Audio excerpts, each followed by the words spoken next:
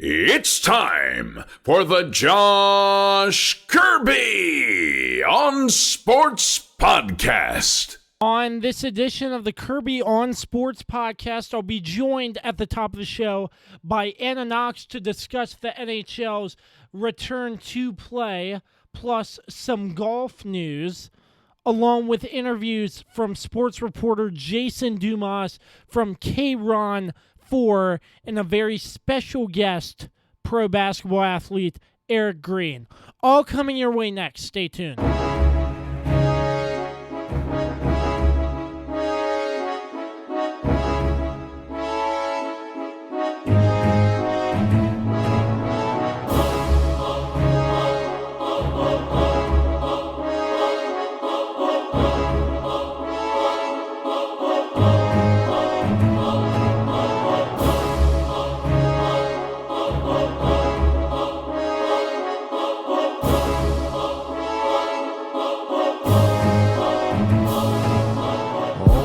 Glad you connected. This is Dave Johnson, voice of the Washington Wizards. You have connected to the right place because you are listening to my man, Josh Kirby, on Sports Podcast. All right, we are back. The Kirby on Sports Podcast, once again bringing you another episode. It's been slow with COVID season so far. Hopefully everybody's staying safe, doing well. As always, we're part of the Mayo Please Podcast Network. You can check them out on Anchor FM/Mayo Please. We're sponsored by Route 11 Chips. Make sure you find a bag today inside your local Martin's, Food Lion, and Giant stores. And we're also sponsored by PM Plus Reserves, now expanding their area to open up the I-81 corridor from Hagerstown, Maryland, all the way down to Stanton, Virginia. That is PM Plus Reserves once again. And as always, want to give a big thanks to Dave Johnson, JR Beats Official, and MPT Now Productions for all their support of the podcast. Let's start off with some news. First off, with the NHL, we finally have sports news to talk about. And to help me break down this decision by from NHL Commissioner Gary Bettman is, once again, she's been on the podcast once before, from the Power Play Point podcast, is Anna Knox. So let's bring her into the call right now. Anna, right. It's good to hear from you again. First off, I hope you and your family are staying safe. And how's life up there in Northern Virginia? Yeah, no, we're good. We've kind of hit that, day 74 of quarantining, so we're sort of on a schedule, and I have 2 more weeks left of distance teaching, so that'll be good. And yeah, we're going forward. We're trying to be positive, so there's really, no other way to be at this point. And I hope you and your family are also healthy. And aren't we all? The only attitude we can keep is a positive attitude through all this. So, Anna, Gary Bettman, the NHL commissioner, announced a plan to return to play. The NHL has decided when it is safe to do so, they will scrap the rest of the regular season, going straight into the playoffs with a 24-team playoff format and a round robin for the top 4 seeds. The interesting part about this, there is another training camp that will start no later than July 1st. I just want to give my take on this first. If this actually happens, if it's safe to do so, it's anybody's Stanley Cup this year. It's absolutely anybody's Stanley Cup, because once the league shut down due to COVID, we saw Philadelphia make a run for first place, and that just got halted by COVID. And it's anybody's Stanley Cup by the way this is formatted, from what I'm hearing so far, because these players, these teams have been stuck at home. They're probably conditioning in their own ways, and they're itching to get back out on the ice. And you know how hockey is such a physical sport. It's anybody's Stanley Cup, in my opinion. Yeah. I agree, but I will say I was torn between being a sports nerd and wanting hockey to come back and yeah, just seeing any kind of live action sports. Considering the last two Sundays I spent 3.5 hours watching every minute of the PGA because I was like I needed something to watch, and that was great. But I'm not on board with this. I got to be honest. I probably one of the people who um really in the beginning was like, oh, come on, we need to have hockey come back. But now looking at the severity of COVID, I'm really quite concerned about, what we could be putting our players, I don't know, putting their lives at stake a little bit. And I have a big, big issue with it. And part of me wants to think, okay, you know what? We're doing this for all the right reasons. Uh, but I'm maybe 20% that, and 80% of me thinks that it just really has to do with monetary, um, you know, people just worried about getting money and getting it on television and this and that. So I don't feel that the safety of the players is the top priority at this point, and that's what concerns me. Yeah, that is a really good point because this plan of action, I feel like if COVID takes a turn for the worse or whatever, Hmm. I mean, we don't know what's going to happen. At this point, all we're doing is speculating, but Right. still, we don't know what's going to happen tomorrow, the next day, or anything because Uh, this is a virus that America, the medical professionals, and so on and so forth, are trying to get a handle on, are trying to contain, and trying to make a antibody, what's the word, a vaccine for it mhm. or something. We just got to make sure that we're entirely 100% safe, with Yeah. no doubt that there will not be another outbreak or Exactly. anything. And you're spot on.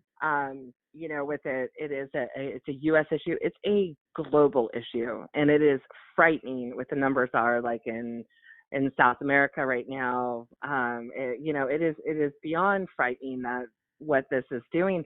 My concern is, like you said, it's the what if. It's they want to find two hub cities, that are going to support and like put them in, put the players in a hotel, and they would be protected and they'd be near the rink. And it's like, okay, but you're looking at cities that are all hot spots, Vegas, Chicago, you name it. And it's like, okay, I just don't feel like them being like commissioner and the other people who are on board with this have really truly thought like, yes, this is what we want to do, and we're 100% confident. I don't feel the confidence. It's not coming through, especially since we've been going through this now since March 12th. Things started to shut down, and 100,000 deaths and all these things that are going on, and we're in a situation where we still don't quite know what is the right path to take. And that's what scares me. It's like I don't want to put those players at risk just because I want to, you know, put on my Caps attire and have a cocktail and shout, profanities at the at the TV screen during the hockey game. That's just enjoyment on my end. But these are, I think what people have to sometimes take into consideration is that yes, they are athletes, they're pro athletes, and yes, they admire them. They're also human. They are brothers, sons, boyfriends, husbands, you name it, and they have families. So I don't think it's worth the risk of having an intense contact sport. There's no way you guys are, you can't possibly be like, oh, 6 feet apart. No, it's just like, that's not going to happen. And is it going to stop the players from playing 100% because they're cautious of boarding or, dropping the gloves or whatever the circumstances are.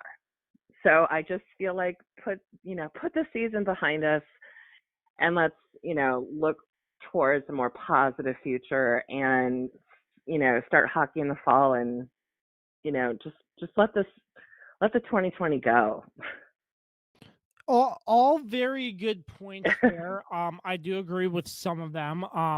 But no, I mean, my big thing, I'll just go back and say, I I want to make sure that everybody is 100% certain that the world can go back to normal Yeah, before any sports are played. Because things are starting to open up in Virginia. Phase 1 is opening, yeah, except for Friday. Northern Virginia, if I'm correct. I'm not sure where you are. We If start things are, Friday. oh, you They so announced you that do. we can do Friday, but have to everyone has to wear a mask uh, in stores and Yeah. restaurants and whatever else. So, Okay. but that's just it. We can put that out there, but then if you like everybody else who watched on social media or the news this past Memorial Day weekend, the hundreds of thousands of people who just had that entitled, it's not going to affect me attitude, and we're all at the beach or the pool or the this or that, and they're, like as if nothing was going on. That's what scares me. Yeah, and I mean, with all this going on, we just don't know. It's Right. just crazy to see. And if it's not safe for the NHL to return, I hope they take into consideration that they might have to scrap the rest of this season. And Right. that's really tough for me to say because in Oh my yeah. lifetime watching sports, there has never been anything like this where a season got stopped short. Right. And it's like unheard of that I cannot watch a championship or something. But the Yeah. state of the world, if it is not safe to do so, just scrap the season because we Yeah. don't want to risk any further infection. Just like Joe Beninati said when I talked to him about a couple months ago. But you just don't want to risk anything. And Well, this is it's a not serious worth it. matter. And Yeah. we just Well, don't let them I play around. exactly, and you mentioned in my introduction, um, when I do that Power Play Point podcast with Gil, we had just basically had the same exact conversation, and it was just really like take into perspective, two things. One, how heart wrenching would it be if one of our Capitals players got COVID? You know, or any athlete, anyone that we're watching, football, golf, tennis, whatever. I got a fan of all sports, but to have, then somebody who were like, yeah, let's do this. I want to watch NHL. I want to do this. And then someone gets it. And it's like a domino effect of having contact with other players and their families. And like an Ovechkin who just had his second son, yesterday. It's like, oh my God, that puts things into perspective. It's, like they are human, they're not robots. And the second thing that really affected me in this whole thing was the fact that there are ice rinks in Northern Virginia that are going to be used as morgues. Just like kind of let that sink in for a sec. Morgues, like no Yeah. hockey practice, no ice skating because they need a place to put that. To me, just kind of put it all into perspective. And I was like, oh my God, like, keep everybody home and keep everybody safe. But we've got the hockey coming. I've got everything, teams broken down. Will I watch it? 100%. Will I be on the edge of my seat because I'm concerned about their safety? 110%. Yeah. So at this point, it's all speculation, but that's what the NHL proposed, and it was great getting your thoughts on that. Anna, you mentioned you were watching that PGA matchup. Was that the Right. Tom Brady Peyton Manning matchup? Yep, I watched that one and the one the weekend before with Ricky Fowler. Yeah, I actually wanted to talk about briefly that golf matchup on the podcast. So Yeah. you said you watched it. So what were your thoughts about watching two pro football players paired up with two golfers? Uh, I loved it, to be honest. When I found out, I was like, "Oh, I'm home. 3 o'clock Sunday. I don't care what's going on. Well, like we're all quarantined anyways." But I was like, "I'm definitely gonna watch this because I have nothing but respect for all four players, to be honest." And I know people, want to throw Tom Brady into the bus. You can't. I mean, come on. Like the guy is a phenomenal athlete. Do I wish he had retired as a Pat? Yeah. I get nervous about him going to the Bucks and getting injured, and then that like being, the end of his career. And Peyton Manning, I just love the guy. So I was excited to see it. What I think was actually quite awesome. Even though I admire Tom Brady, yeah, he's just kind of stick to football. Yeah, He was kind of awful. it was crazy because there were no fans on the course. It was No, just no caddies. the commentators and players on a golf cart. No caddies, no nothing. It was Peyton Manning against with Tiger Woods, if I'm correct. Yeah, Then it was amazing. Phil Mickelson and Tom Brady. Right.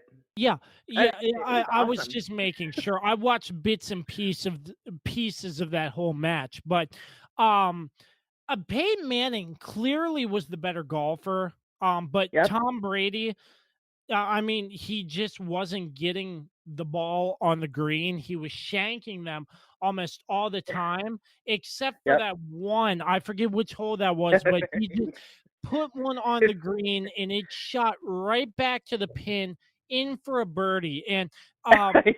it was crazy because the commentators were in the players' ears and Chuck Yeah. was talking smack to Tom Brady and Oh yeah. TNT the great job for televising this because Charles Barkley talking to the golfers, it's just hilarious. And Charles Barkley just got ragged on by Tom Brady. Tom was like, "Shut your mouth, Chuck! Shut your mouth!" And we all know how Charles Barkley swings a golf club, Oh, but it was he's absolutely hilarious in my mind. it was. It was lighthearted and I will say that I appreciate Tom Brady that much more because I felt like uh it humbled him, you know, to think that, oh, you got all these Super Bowl rings, you're so fantastic and you're this and you're that, and then here's a sport that some people do think golf is just, it's dumb or it's so easy. It really is not easy. Nope. It is. Nope. I suck at golf. Mini golf, I will say I get competitive and I will say I've won a few games in the past.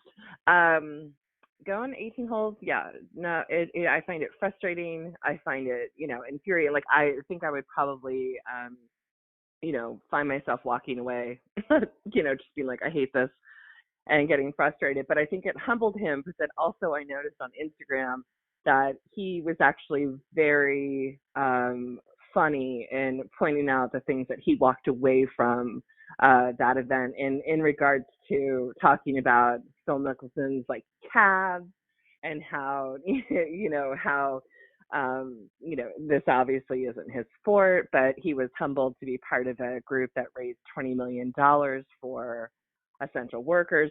So that side of Brady is what I think more people need to see. Like he's not a total jerk.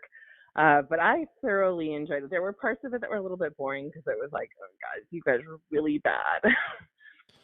But, Yeah, 20 million, good for them. yeah, I mean, yeah, it was just for fun, but still another sporting event that I had to cover. Because before that, what was on? Nothing. Right. This Repeat. podcast is struggling. I'm just glad to get back on this mic. I've missed you all. I've missed you. I listen to the Power Play Point podcast all the time, but and even that we're like, what are we going to talk about? Like I took last week off. I told Gil, I was like, I don't really know what to say. We didn't know anything about, whether hockey was coming back. So he had his wife fill in, and that was fine. And then I went on yesterday because we had finally, kind of got that confirmation and like who the teams are going to be, the best of 5, who's the Eastern player, who's Western Conference. Like, here we go. And we kind of, that's what we discussed. So yeah. I will say, kind of, as much as I was like, keep everybody safe and whatever, once we started to talk about it, I'm like, I'm a little excited. I really miss hockey.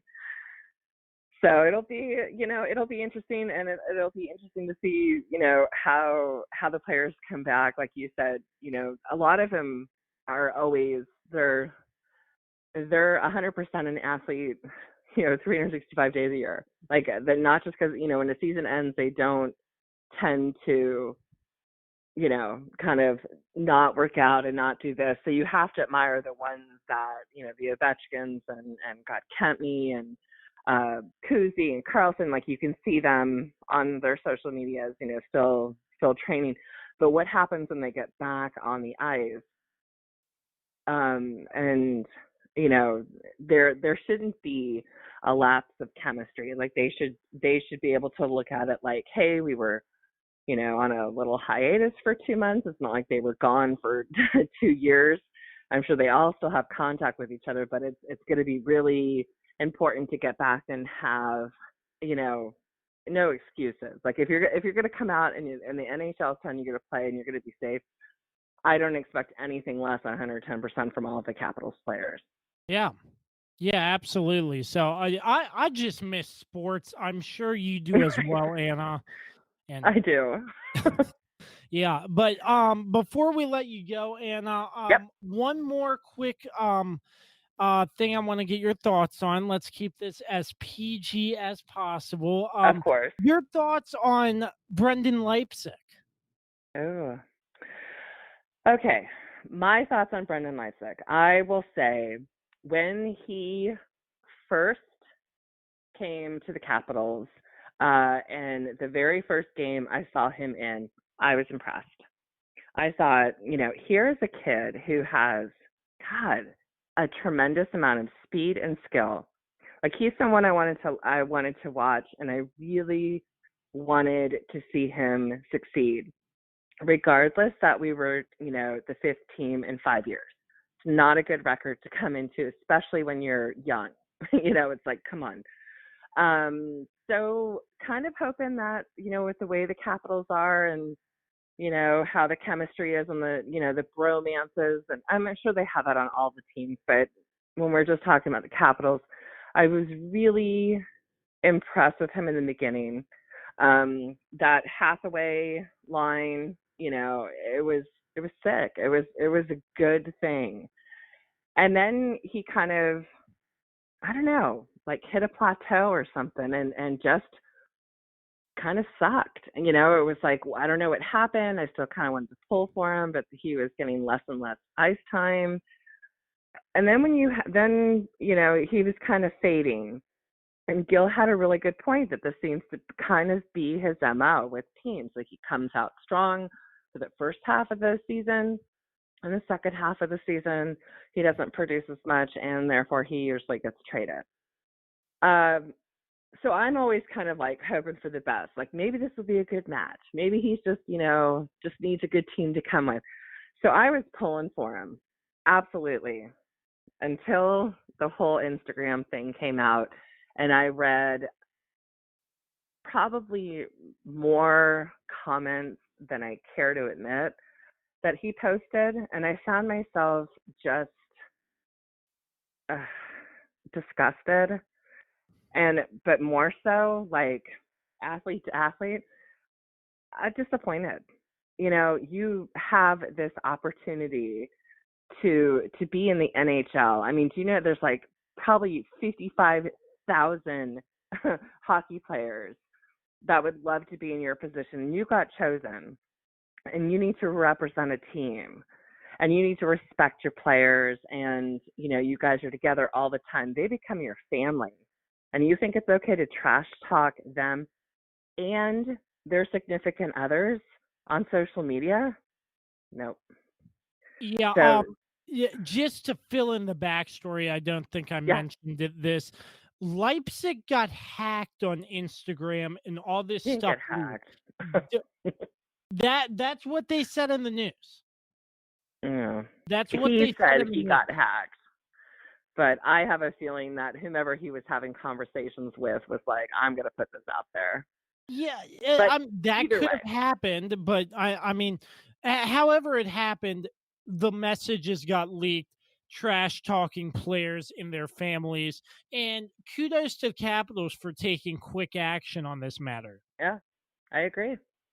I mean, you have to think about, you do 82 games a year. You are on the road constantly. You are with these players, 3/4 of the year together, and they become your family, and you trust them. Like, you want to say, hey, listen, when I'm on the ice, I want to know that you got my back. And I want to know that if I'm going to do this, I'm going to pass it. I'm going to know exactly where you are, because we're in that, we're on the same wavelength. We've got each other's backs. That's just how it should be. And happy, celebrating the goods and then being there for the bads. And he just proved to be incredibly immature. And what a disappointment. Both him and his brother are out. Like they're not going to have. I don't see a team wanting a Brendan Lysick in the NHL. And his brother was playing for I think an AHL player, but I'm not really sure. I forget who he was playing for, but he was also kicked off like his college team. Um, and all of that just because what? You can't. I don't know. It just trash talking on social media is just completely. It's just unacceptable. It's incredibly immature. I mean, it did not look good, and his apology was weak. Yeah, and I'm just glad the Caps got rid of him rather quickly because Yeah, I feel like he would have brought a bad name to the organization if they were to keep him. absolutely, Yeah. absolutely. And I think that people felt that he was kind of like a I hate to use the word a cancer in the locker room, but like that was kind of how he was referred to. Like he just had an attitude issue, and it's like, okay, come on, you're not all that, and you're gonna trash talk Tom Wilson's girlfriend who lives in Winnipeg, and you're in Winnipeg, and she's 6'1", you're 5'10", and Tom Wilson's 6'4". Really, do you really want to? Really want to go up against that? So it just kind of made him look, stupid. Oh wow, yeah, but crazy stuff. But that's about all we have sports news wise. I killed two birds with one stone talking about the NHL plan to play and the Brady versus Manning matchup. So Yeah. great stuff. I appreciate your input as always, Anna. And once again, thanks as always for calling in. Oh, anytime. I appreciate you reaching out, and yeah, I don't know if there's any other PGA things planned, but I'll watch it, and if there's any other sporting event that's going to be coming on without fans, I will be watching that as well. I mean, other than that, if you consider NASCAR a sport, NASCAR has been Yeah. running 2 to 3 times a week to make up for the races lost. Kyle Busch and Chase Elliott have been going back and forth. Chase Elliott just won a $100,000 bounty over Kyle Busch in the truck race because the race before in the NASCAR Monster Series, Kyle Busch wrecked Chase Elliott. So interesting stuff on the NASCAR scene, but they're racing 2 to That's 3 probably times the a one week thing I with no can't fans. participate in. Yep. Yeah, I mean, racing, I just can't get into it. But I can't either. but I they're don't racing understand with it. no fans, and that's on sports. So I guess if it's something, then like it's kind of like bowling. I don't understand. I I love to do it, but I don't like to watch it. yeah, I mean, I just had to mention it, but I don't really know much about the NASCAR season this year either. So yeah. Other than that, Anna, once again, thanks for calling in. Of Look course. forward to hearing from you again soon. Yeah. We'll take a quick break. When we return, I will explain what we have next for you on the Kirby on Sports podcast. We will return shortly. Stay tuned. Alrighty, big thanks to Anna Knox of the Power Play Point podcast for coming on the show. Very great insight once again from the NHL plan to play. Really looking forward to seeing if this can actually happen. But, it comes down to, I keep saying it, and I will say it until people get tired of me saying it. I want to make sure everybody is safe. It is 100% safe to return. So, thanks once again to Anna Knox. Coming up right now, we'll bring on some interviews. Special guest number one, Jason Dumas, coming from WDVM in Hagerstown, Maryland. He was a longtime reporter there at WDVM before making his way around, even at ESPN at one point. Very great story. I must warn you, the call quality was iffy. There are some bad spots in it. I do apologize. We edited it to the best of our ability. So we will bring on Jason Dumas's interview next. He is currently at KRON 4 News in San Francisco. And it's great to hear what he does on a day-to-day basis. And it's just going to be a lot of fun listening to this interview. I hope you enjoy Jason Dumas right now. All right, I'm glad to have on the phone with me now a very special guest. I've known Jason for quite a little while, going back to just local reporting out of a Hagerstown station called WDVM. He has since made the jump to KRON 4 as a sports reporter in the San Francisco Bay Area. What an upgrade that was. But without further ado, Jason Dumas coming, leading his career at one of the all-time great schools for broadcasting, anything journalism, the Newhouse School at Syracuse University. One name that really comes to mind is Mike Tirico. I believe he came out of that school. But enough rambling. Jason, thanks for joining us. First off, I hope you are staying safe out there during these uncertain times. And how's everything treating you in California? Hey, Josh, thanks for having me on. Everything is great. First and foremost, I'm safe and healthy. Thanks for asking. I hope you and your family are as well. And, life's good out here, man. Nice weather, great city, cool sports teams to cover, so I can't complain. I'm blessed to be in this position. Absolutely, and it's great to see you're doing great things. So, I want to sort of start back in the day. What made you decide you wanted to do sports as a career, and what made you decide Syracuse was the right school for you? I was pretty lucky in the sense that I knew what I wanted to do for a living at a pretty young age. I feel like a lot of people struggle with that decision, and I always I was always into sports, both playing sports and watching sports. And I came from a very competitive friend group and family who were all very sports oriented. So as soon as I realized that I wasn't going to be a pro athlete and didn't want to go that route, I figured how else can I stay within the sports realm?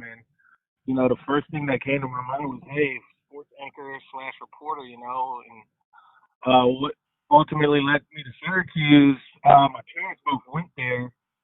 They My dad was actually in Newhouse too, but he ended up not pursuing journalism. But my mom was in the business school. But I figured, hey, why don't I just try to go to my parents' alma mater since they just happen to be an amazing journalism and communication school. And I applied to other schools. I did consider some other schools, but ultimately I just figured that Syracuse was the best spot for me if I wanted to pursue television, and it all worked out. Yeah, and the history of Syracuse University. Almost everybody, big name, including Mike Tirico, went through that school. I'm not sure of the other names, but Mike Tirico, the only big one. How did that feel? Like, going to a school with such history, with in great success as well. It was great. Now I don't want to make it seem like if you don't go to a big name journalism school you can't make it, because that's not the case. But with me, once I got into the Newhouse school, well, I didn't initially get into Newhouse. I just was in the School of Arts and Sciences, and I needed to get, I believe it was a 3.7 GPA after my first year to transfer to Newhouse. And once I was able to do that, I almost said, all right, it's on me now. You're going to be given a lot of opportunities, and you're going to be taught by some of the most respected professors in the industry.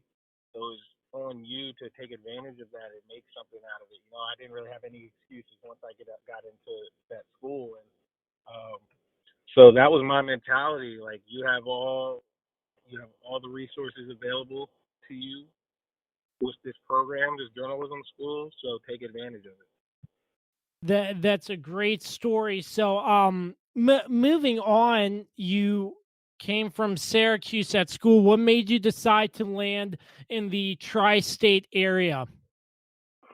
So it's funny you said that. So when you said the tri-state, I'm guessing you're talking about Hagerstown. Yes. So I didn't. That wasn't my first job out of school. I actually, after Syracuse, I got a job at ESPN, and I was working in production. I wasn't on air. So I moved after Syracuse. I moved to Connecticut. Oh. I was working in Bristol at the headquarters. I was there for about a year and a half. But even when I accepted that job, I knew it would be a brief stop, because I knew ultimately I wanted to be on air, and I knew I would have to go to a small market, before I got to the big leagues, for lack of a better term. So once I got that job at ESPN, I was still applying to other jobs. I just, I got that offer before I even graduated, so I figured, hey, might as well take it. And eventually, after sending my tape around, I got a bite at a station in Bismarck, North Dakota. And I moved to North Dakota. Didn't know a soul out there, but I moved out there to pursue that on-air dream, and I've been rolling ever since. I was in North Dakota, then I went to Louisiana, and then I ended up in Hagerstown, where I met you. Absolutely. And it just goes to show you got to take every lead where you can in this business. I don't really know it that well, but from the people I've talked to in this industry, you got to take it where you can get it to pursue your passion. And you made it pretty big after WDVM. You made the hop to the West Coast, the San Francisco Bay Area, and you ended up starting to cover all the big teams. I believe you were covering the San Francisco Giants, Golden State Warriors, the Raiders before they moved to Las Vegas. Were there any other big teams? Yeah, so we covered the Raiders. Obviously, that was my main beat, but I also covered the Niners, but I was mainly covering the Raiders. One of my colleagues primarily covered the Niners while I did the Raiders. Then the Warriors, of course. We had the Oakland Athletics and the San Francisco Giants for the MLB. And then the NHL, we have the San Jose Sharks. So we cover all of them primarily.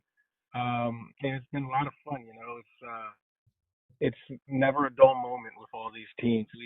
6 pro teams in total, now 5 now that the Raiders have left. So when you have 5 pro teams, there's always something going on. Absolutely. So, Jason, can you tell us a little bit of the difference between covering small market high school football and sports like that and making the jump to the pro levels? Like, what Yeah. changed? So honestly, the biggest adjustment is access. For me, number one, to effectively do your job at a high level, you need access to these guys, these teams, um, so you can do stories and break stories and, uh, covering high school teams, it's easy to get access. They love your coverage, It's Sharando High School, if I want to come out and do a story on their quarterback, the community is going to love it. Everyone's going to love it. Yeah, come whenever. Just tell me a time and place, and you can come out. For a pro team, I can't just be like, hey, I want to do a story on Steph Curry. You have to gain some respect and make a name for yourself and gain the trust of the teams you're covering to get access. And as the months and weeks have gone by, I've started to gain more and more access to some of these guys, and I've turned some really good stories. But that was the biggest change for me, just gaining the respect of the players, the coaching staff, the media relations staff, so you can get your access. You can't. You have to be respectful. You have to be there. You have to be present. There are times when I would go to Warriors practice. Obviously, back when we had live sports, we're going through this crazy pandemic, but I would be off work, but I would still go to practice that day just to show my face. I would ask a few questions in the press conference, tweet them out, things like that. So, now that was when I first came. I've almost been here 2 years. Now I see, Raymond Ritter, who's the head of media relations for the Warriors, and, we have a great relationship. He knows me by name. And I have a much higher chance of getting exclusive interviews and getting access and doing stories that I want to do because I've developed a rapport with the team. And, that goes for all the teams in the area. I developed a great rapport with the Raiders staff when I was covering them extensively before they left. And it's going to be the Niners now. And I've already, started building those relationships so I can do the best. I can do the job to the best of my abilities. That is really great to hear. It's really great to see everything you've been doing with the network. So what maybe one of the biggest names of the 49ers who made it to the Super Bowl but did not win. They lost to the Kansas City Chiefs, but that's going to be really exciting to cover. They had a pretty great season. Young head coach, young quarterback still. Let's just run down and what are your thoughts going into next season for the Niners? It's a huge year for Jimmy Garoppolo. I don't want to necessarily say the pressure is all on him, but essentially the pressure is all on him. Uh, you win. Football's a team game. Obviously, you win and lose collectively. But last year, that defense put them in the spot to win a Super Bowl, and there's certain throws that Jimmy G had to make down the stretch of that Super Bowl that could have put it away, put the game away, and ensured them, and he wasn't able to make them. And the fan base has noticed that.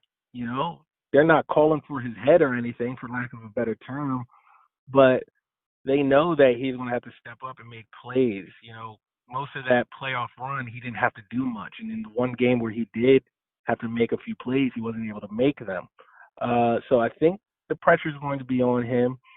They lost one of their best players on defense, DeForest Buckner.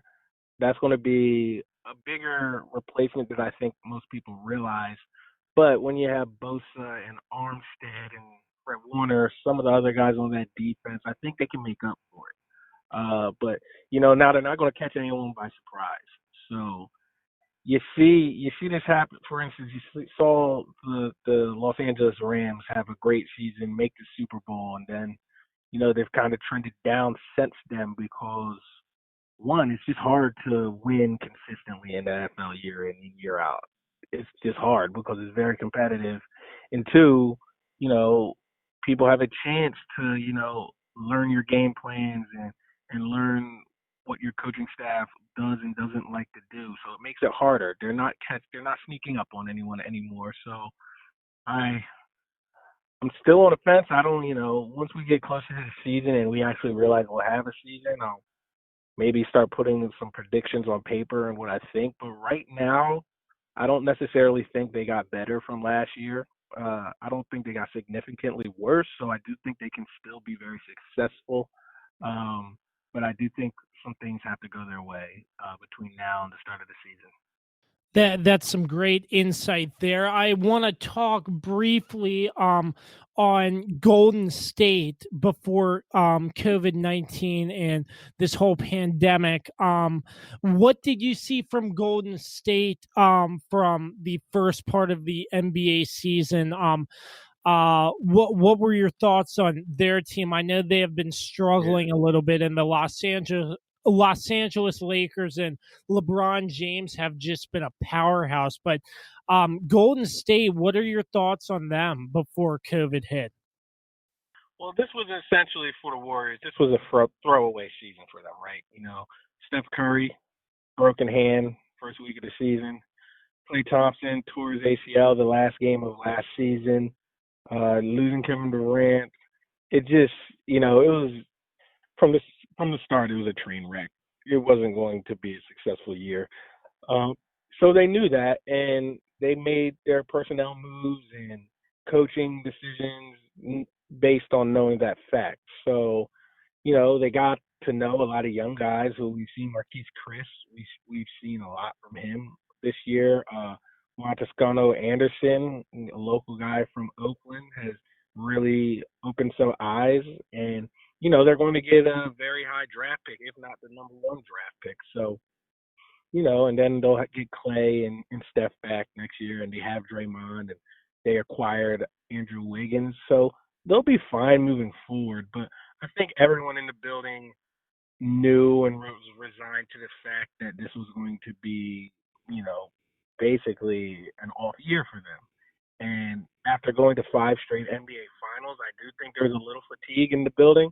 I don't know if anyone will necessarily come out and say it, but Draymond Green, he had a lot of load management games. Steve Kerr seemed a little complacent, and I'm not even saying that as in a bad way. It's just they had a lot of tread on their tires after the last 5 years, both physically and mentally. So I actually think this year is going to benefit the organization long term moving forward. I think they needed it this year. They needed to kind of not be in the limelight.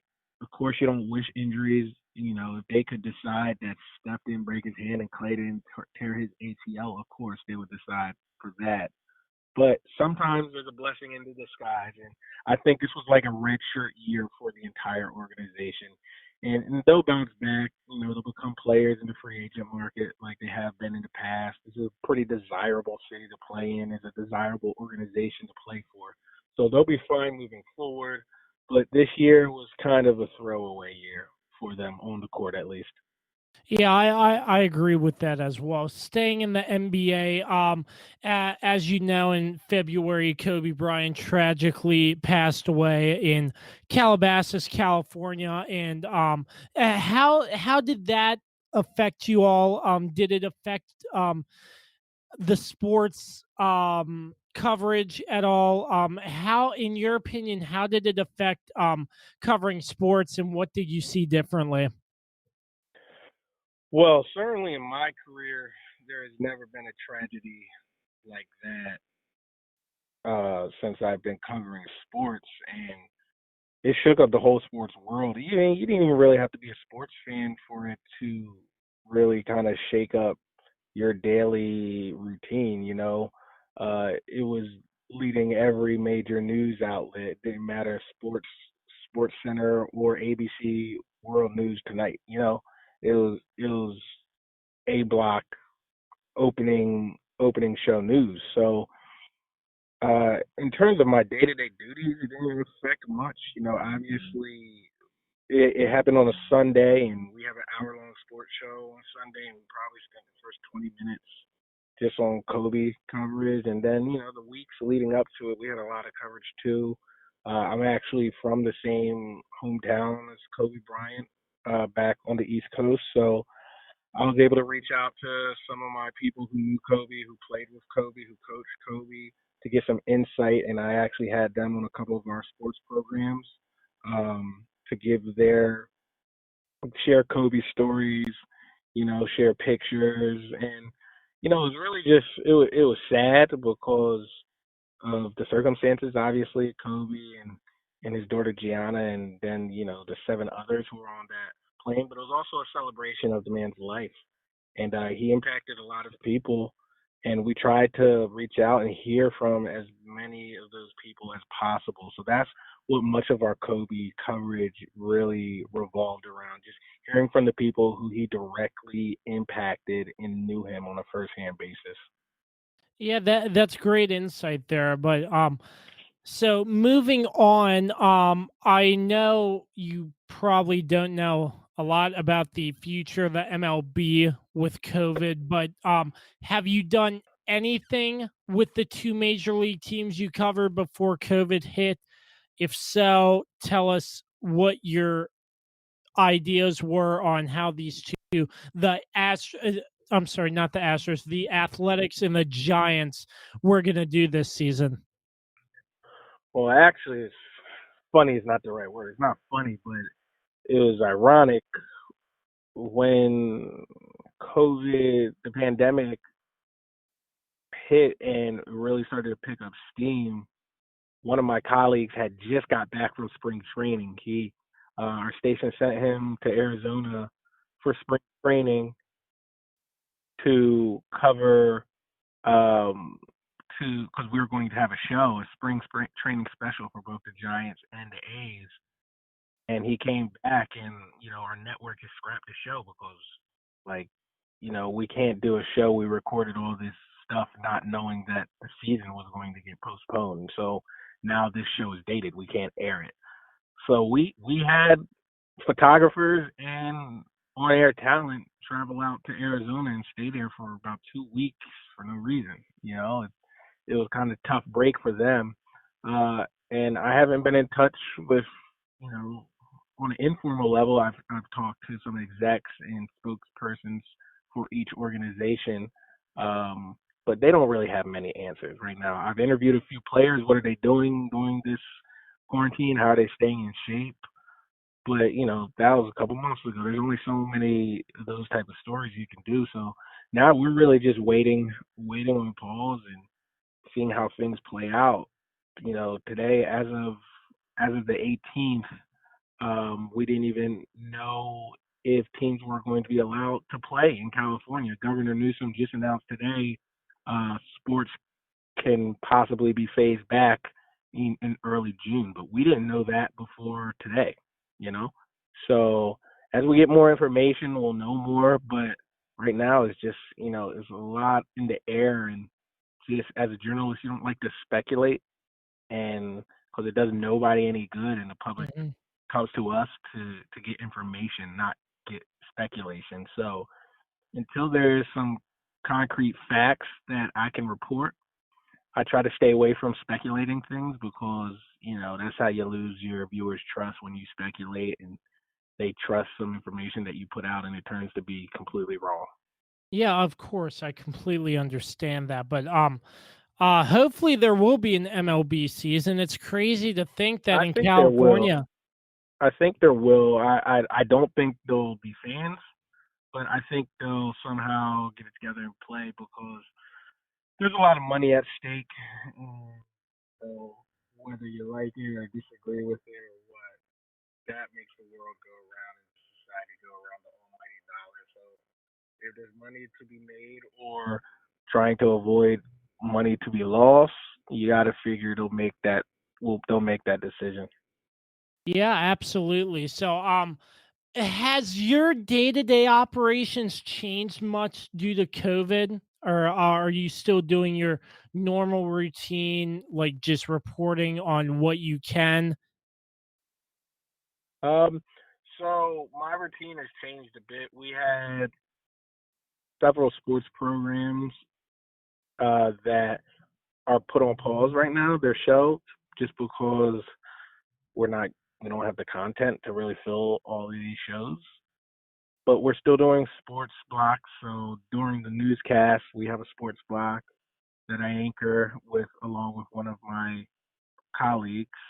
So, nothing has changed from the anchoring standpoint, but we're doing a lot of hard news reporting now. I've definitely done more hard news reporting than I've done probably ever in my career. I'm primarily always a sports guy, but I've had to help out in the news department in the meantime.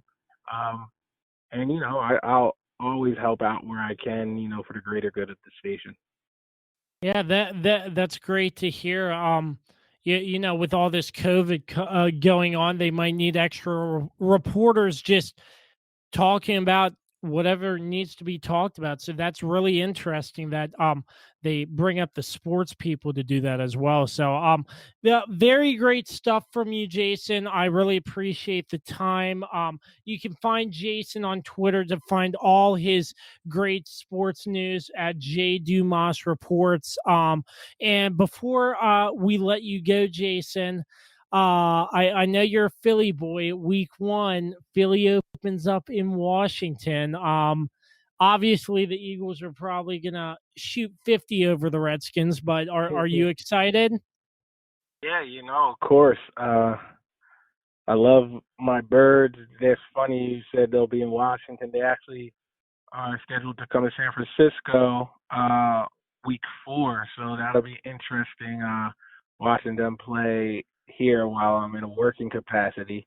But the Eagles, I think they'll have a pretty solid season. They were 9-7 last year. I think they got slightly better. I don't think they got significantly better, but if they have some healthy weapons for Carson Wentz, the team was devastated by injury last year. Alshon Jeffrey, Deshaun Jackson, hopefully they're healthy. We drafted a rookie, Rager, in the first round. So this team is going to go as far as Carson Wentz goes, and Carson Wentz will go pretty far if he has some weapons. He was able to bring the Eagles to the playoffs and win the division last year with a pretty pedestrian wide receiver core. If he gets some help, I think this is a team that could win, between 10 and 12 games.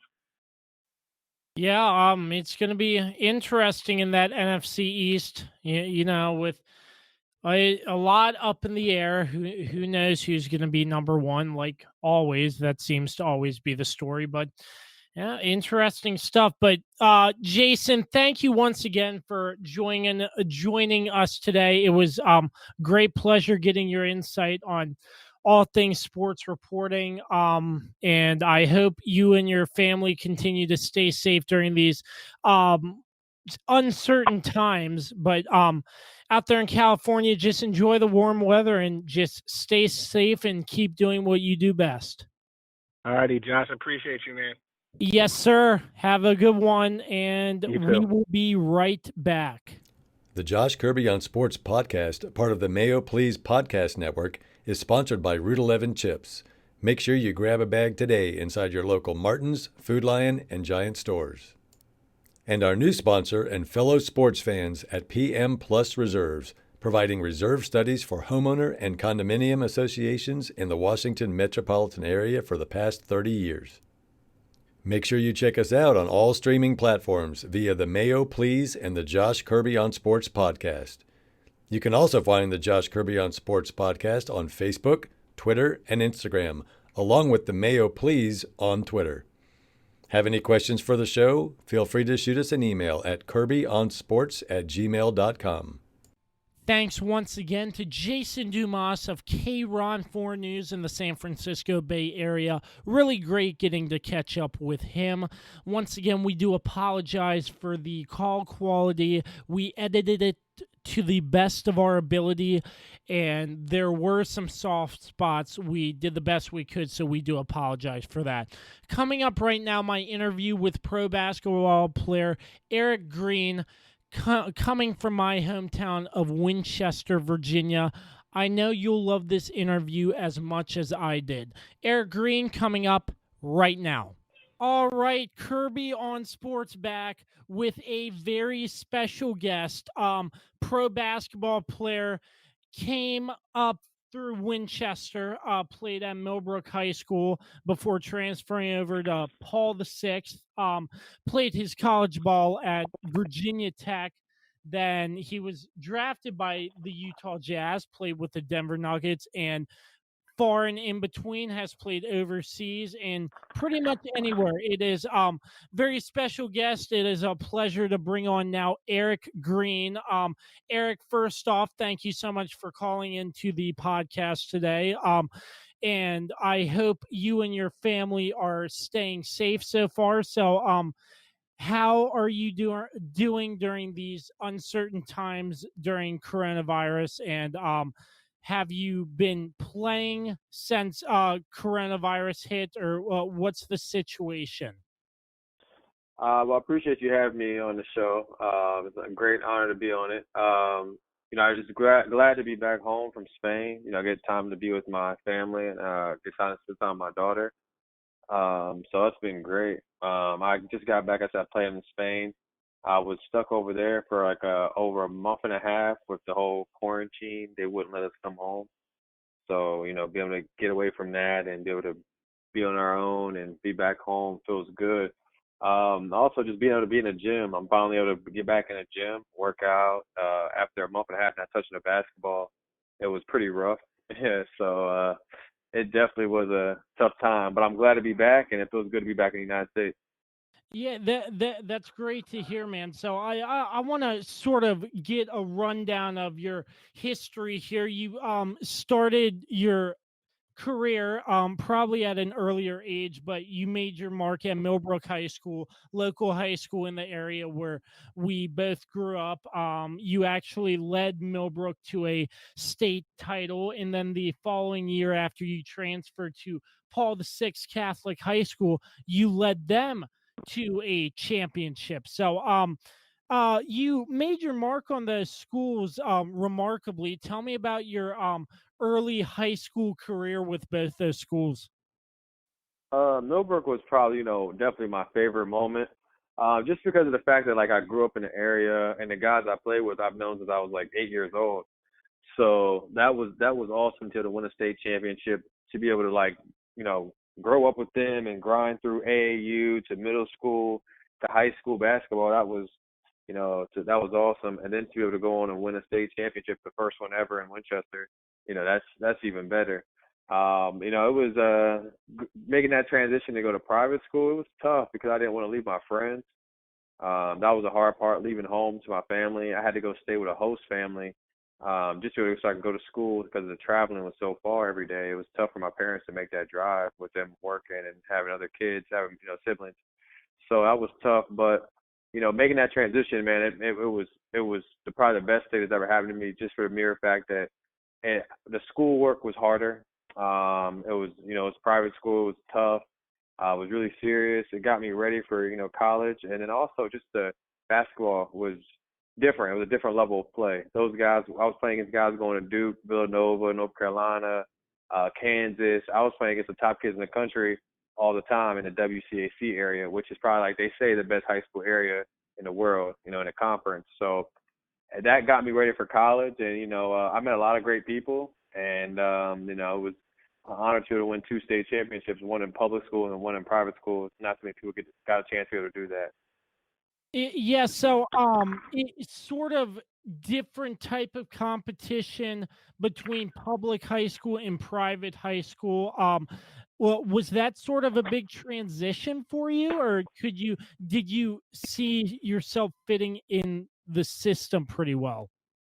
It was a tough transition because honestly, like I didn't know what to expect, because when you're in public school, I'm coming from Winchester. I'm only used to Winchester. Thankfully my parents had AAU, so I got a chance to travel all over the world and play for different AAU teams. But that transition was really tough, man. I mean, like I said, the schoolwork was really hard. We had a lot of schoolwork every day. And then with the basketball, man, we were training so hard, weightlifting every day, and then doing extra work. and it was harder work than what we did at Millbrook at the time. So it was just it was tough. I mean, that was kind of like getting you ready for college basketball at an early stage, and also just playing against kids going to North Carolina, kids going to Duke, kids going to the top schools in the country. It just made me better because I had to bring it every single night. Where in Winchester, I got a chance to, no disrespect to Warren County or schools like that, but it was kind of like I could get away with my talent, and I didn't really have to work as hard, and be able to, get by. Where up here, I couldn't do that. Yeah, absolutely. So, looking back at Paul the Sixth, you had a couple of very impressive awards from what I've seen. The EA Sports All-American Award, the Washington Post put you on the All-Metro team, and you were also AP Virginia Group AA Player of the Year. So, those awards at Paul the Sixth, how did that feel after winning the state championship to get recognized on such a high level? Oh man, it was great because I finally felt like I got a lot of respect. People, when I made All Met my junior year, I know when I had to play AAU down here in the city, people didn't really respect me because they said like I wasn't playing against anybody. So that was, to be able to go down there and, play against those guys and play at a high level every night and earn their respect and to be able to get all that recognition, that meant a lot to me because that showed that, hey, I can play anywhere and I can play at a high level. And that gave me a lot of confidence. Absolutely. So after your high school playing career, you moved on to play at the prestigious Virginia Tech for the Virginia Tech Hokies. Such a rich history down there, not only with their football program, but their basketball program. So tell me a little bit about what made you decide to go to Virginia Tech over other schools that might have had recruiting offers to you. Well, honestly, I only had 4 offers. So I only had JMU, St. Joe's, George Mason, and Virginia Tech. So those were only my 4 offers I had. When I finally got a chance to play on the big stage and playing in like those big tournaments in Las Vegas and Cali and down south, with Team Takeover, that put me on a bigger stage than what I, was at first because my local team didn't get a chance to play at those type of tournaments because we didn't have the sponsorships and stuff like that, the big name like those teams down there have. So that definitely, helped a lot to be able to play with them and get me recognized and things in that nature. Yeah. So tell me about your college basketball career as a whole. What was it like playing in the ACC against top schools like Duke, UNC? What was the memories like for you at Virginia Tech? Man, it was a lot of good, man. It was a lot of good. It was a journey. My freshman year, I played, but I didn't really have a big impact. I didn't score the ball a lot, so that was tough. And then just being the fact that I was a freshman, like college, from high school to college is a huge jump. It's physical. They're stronger. They're faster. Their IQ's way higher than yours. I mean, you're playing against grown men, so that was big for me. But playing in the ACC was a dream for me because my dream school was Duke growing up. So to be able to get to play Duke and beat Duke and play against North Carolina and beat those type of teams, that was like a dream come true for me. But overall, man, to see myself grow from freshman, sophomore, junior to senior year, to be able to get leading scorer in the nation and ACC Player of the Year, all that was crazy. It was a dream come true. Yeah, absolutely. As you just mentioned, you were the ACC Player of the Year. You must have had a lot of joy after all the hard work, all the dedication playing in college. The reward of being ACC Player of the Year. So, after college, what made you decide you wanted to enter the NBA draft, and sort of how did you go about looking for who was going to draft you or something like that? Were there like scouts looking out for you, or how did that whole draft process go for you? Honestly, I didn't even look too. I think my junior year was like the first time I thought I even had a chance at the NBA. I really didn't even know I had a chance at playing in the NBA, just for the mere fact that I was just like, I'm a small town kid, I don't doubt I'll get drafted. we weren't like the best team in the world, so I was just didn't really know too much about it. And then I got a chance to go to the Chris Paul camp going into my senior year, and I got to play against like Trey Burke, C.J. McCollum, the top, top college guards in the country. And, I played really well, and I, made a name for myself over there. And then, I came back.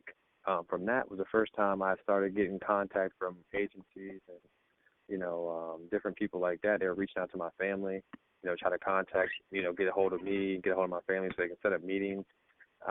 But we didn't get in contact yet. So going into my senior season, of course, after games they try to talk to you and stuff like that, but you're not allowed to do it. So, I left them alone. And after my senior season, my last game, I sat down with 4 or 5 agents, and that whole process of them just reaching out, getting a lot of feedback from them, thinking I was going to get drafted in the, late first round or early second round. That was great to hear. And, that process was stressful because, it's hard to trust somebody that, you're basically giving your career in their hands for the next level. But, I picked a great agent, and I got drafted, and it was a dream come true. Absolutely. You ended up getting drafted by the Utah Jazz with the 46th overall pick in the 2013 draft, then traded to the Denver Nuggets. So had some experience in the NBA to start off. I'm sure you've grown up watching the NBA, Eric. Was it like a dream come true seeing some of your idols you've grown up watching? Or if you've played against them or anything like that?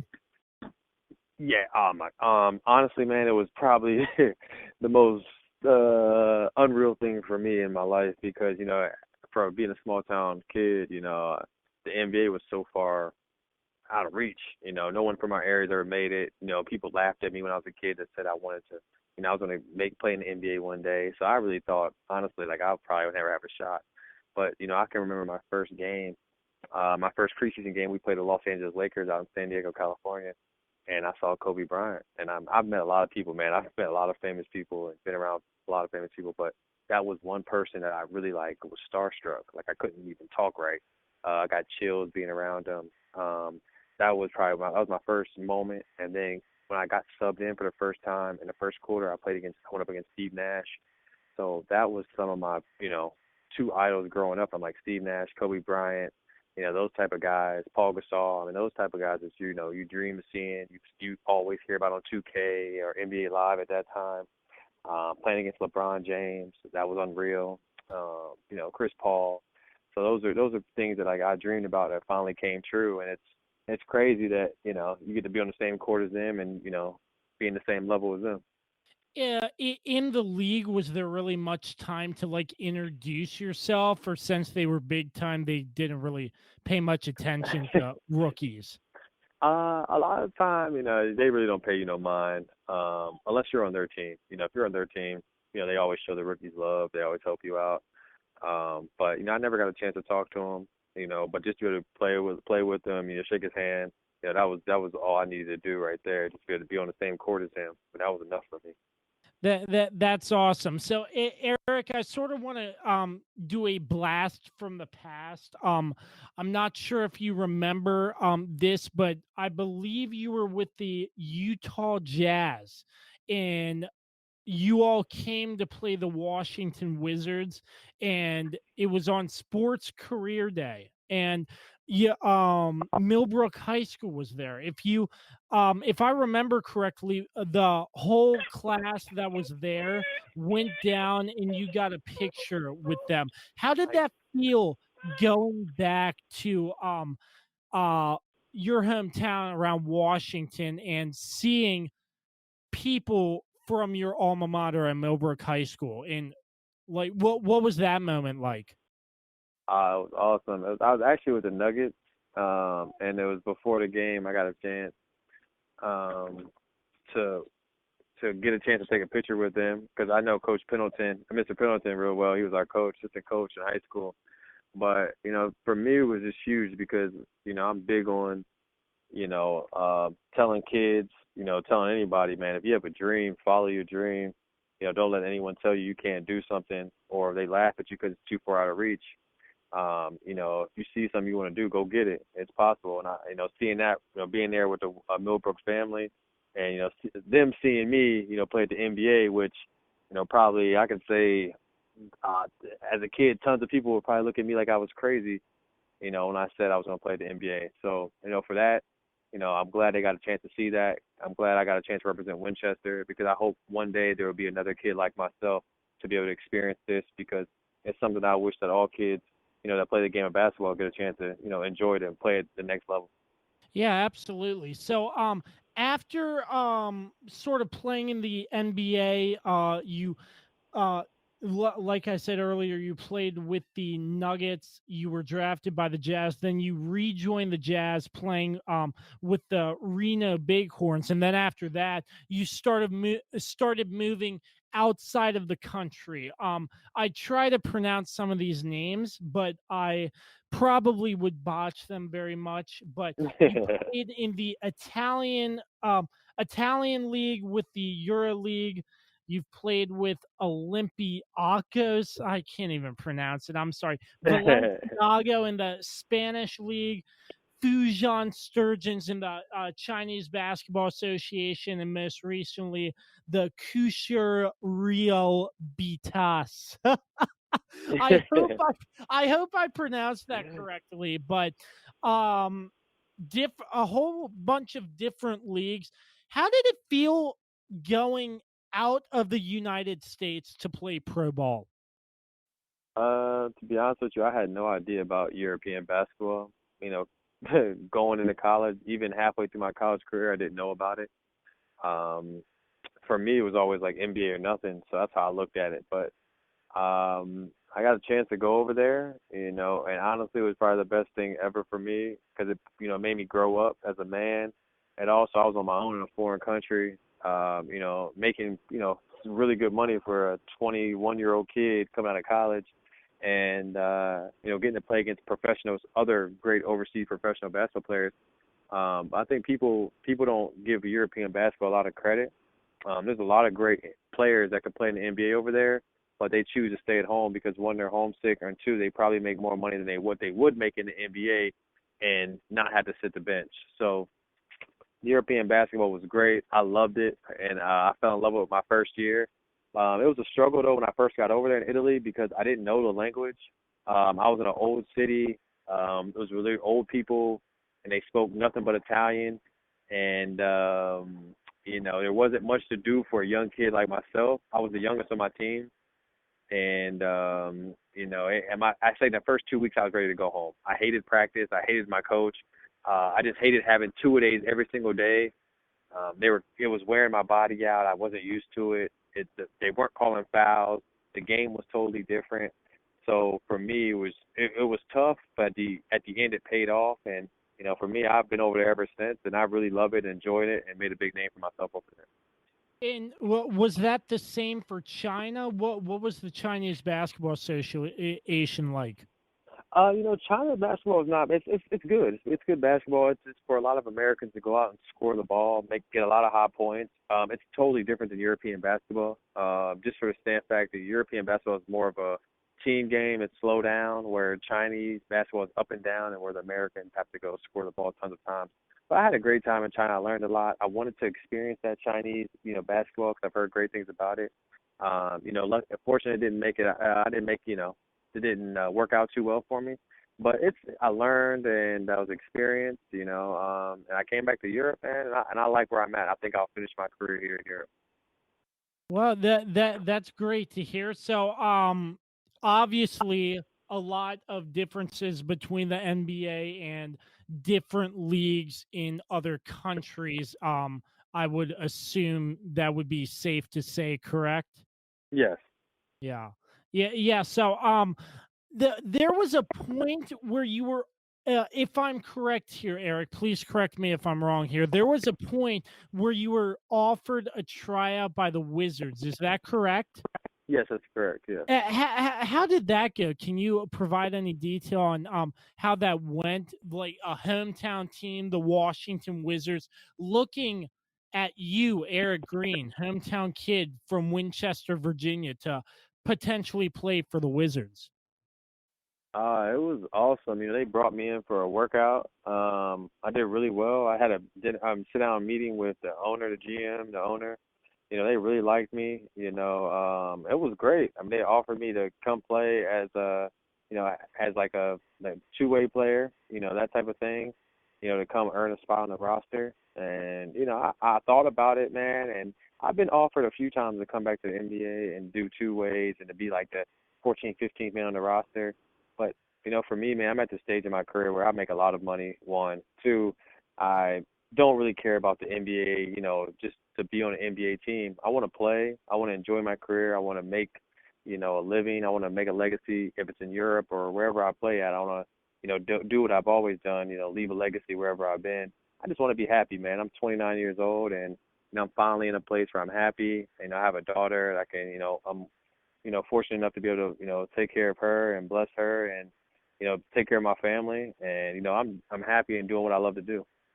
That is so great to hear, Eric. So, how much longer you think your career is going to last? Do you still have some gas in the tank to win some more championships? Man, honestly, man, there's no timetable. I think it's just when my body tells me I can't do it anymore.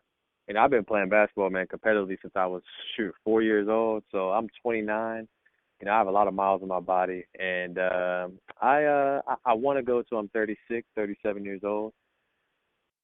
I want to keep playing till I can't play anymore, and then after I get done playing, my goal is to come back and, coach basketball, train kids, and hopefully, man, that if I can, help the next kid in Winchester be the next Eric Green or better, I would love to do that. Yeah, basketball runs in your family blood. Your father actually coached Millbrook girls basketball. They ended up winning a state championship, and your sister, if I'm correct, plays at JMU, correct? Yeah, that's correct. That's correct. Yes, we are a huge basketball family. I had a sister play at Delaware. Madison plays at James Madison. My mom and dad both have coached and been very successful at the coaching level. And we have a 11-year-old sister who is, starting to play as well. So she'll be next up in that Millbrook bloodline coming through there. So we're excited about that. So, how did it feel for you that your father coached Millbrook girls to a state championship? Oh man, that's we always laugh and joke like people don't know this, but everybody in our families won a state championship. Mom, dad, like we've all been successful, we've all won. So we always laugh and joke around that that's what we do. We always try to win. We want to be the best in everything we do. My father and my mother saw that in us at a young age. Try to be the best. If it's school, if it's running, if it's lifting, whatever you do, just be the best at it. Try your best. And be having that installed in all of us, man. Everything we do, we try to win. I think if people are around us enough, you'd see how competitive our family is. We everything we do, man, we could do anything. We're trying to, always be number one or beat each other. And for him to be able to be as successful as he is, he's won a national championship. He's won high school championships. He's done a lot of stuff, put a lot of kids in college.